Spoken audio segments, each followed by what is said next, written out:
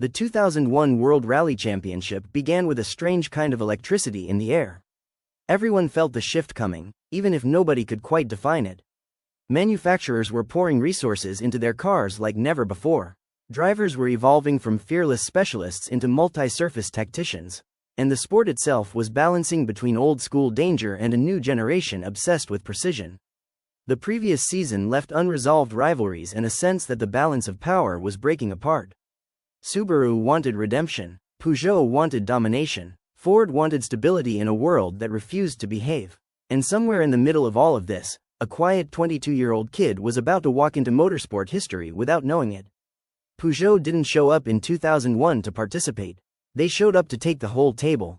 The 206 WRC already proved it could win, but the engineering team doubled down on reliability and mid-range torque, giving the car a lethal combination of stability and aggression. Marcus Grönholm, the reigning champion, had the kind of driving style that made the 206 feel like an extension of his nervous system. Every stage looked calculated, almost cold, the driving equivalent of a scalpel. Peugeot's internal pressure was intense, but the results were proof that discipline was working. Their car wasn't just good on one surface. It was a universal weapon. Subaru entered 2001 carrying the emotional baggage of the late 90s. The Impreza was iconic, but its golden era felt fragile. Technical issues and inconsistent development chipped away at their confidence. Richard Burns, their quiet, analytical superstar, approached rallying like a mathematician trying to solve physics problems at 180 km per hour.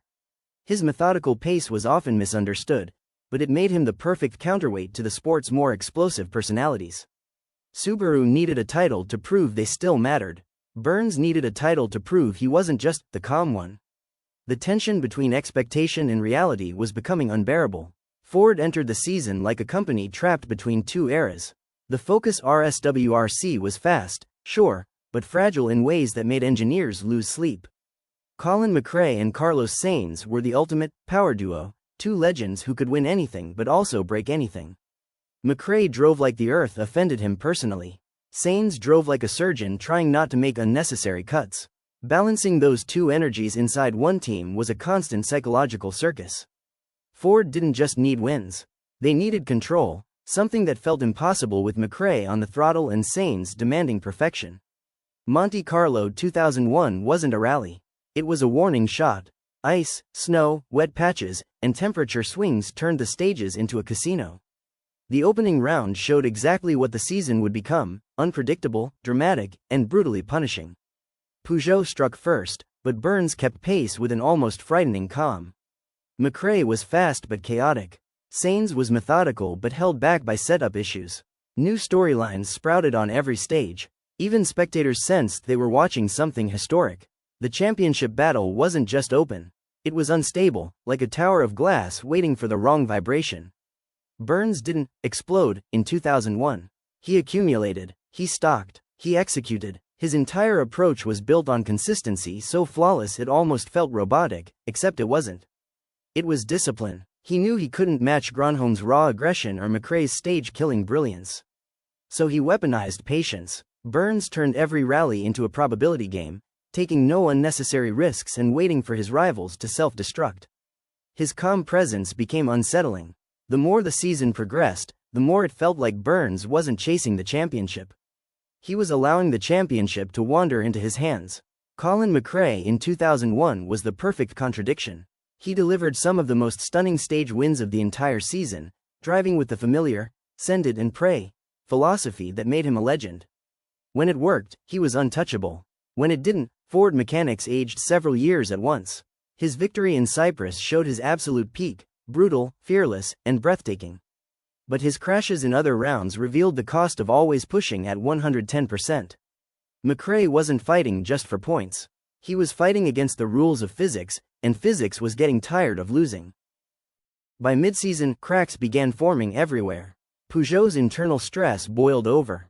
Subaru's development delays increased. Ford was practically living in chaos management mode. No team had full control anymore, and the championship turned into a race of endurance rather than dominance. Drivers were snapping on radio communications. Engineers were losing sleep. Minor setup errors had major consequences. The whole paddock felt different. This wasn't a normal season. This was survival disguised as motorsport competition.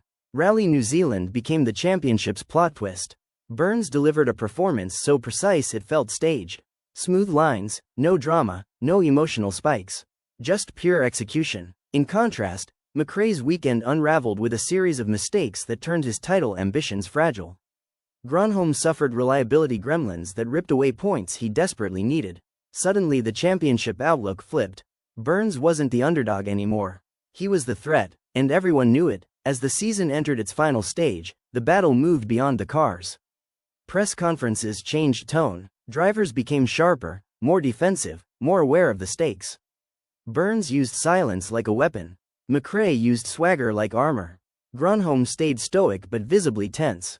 Every mention of points, every journalist question, every mechanical update felt loaded with strategic value. Even fans sensed the shift. The title fight wasn't about speed anymore. It was about nerve. Rally Sanremo was chaos incarnate. Strategy misfires, weather illusions, and tire gambles turned the leaderboard upside down. Burns stayed cautious. McRae went for glory and paid for it. Grönholm tried to salvage points. The rally didn't decide the championship, but it destroyed everyone's sense of stability. From this point on, every kilometer mattered. Mistakes weren't setbacks. They were death sentences. As the season approached the final round in Great Britain, the entire motorsport world held its breath. Burns, McRae, Grönholm, and Sainz all arrived with mathematical chances to win the title.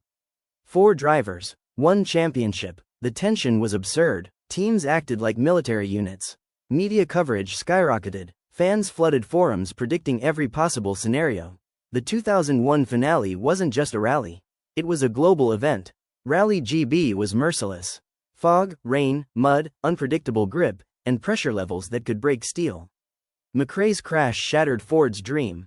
Grönholm was too far to mathematically close the gap.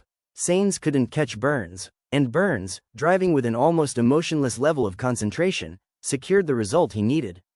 It wasn't a heroic win. It was a masterclass in discipline. Burns claimed the 2001 World Rally Championship with a style so different from his rivals that it changed how fans viewed victory. He wasn't the fastest or the wildest. He was the most complete. His title symbolized a changing era in rallying, precision over chaos, consistency over aggression. The sport felt like it was evolving in real time. The 2001 season became a turning point for the WRC. It marked the end of one philosophical era and the beginning of another.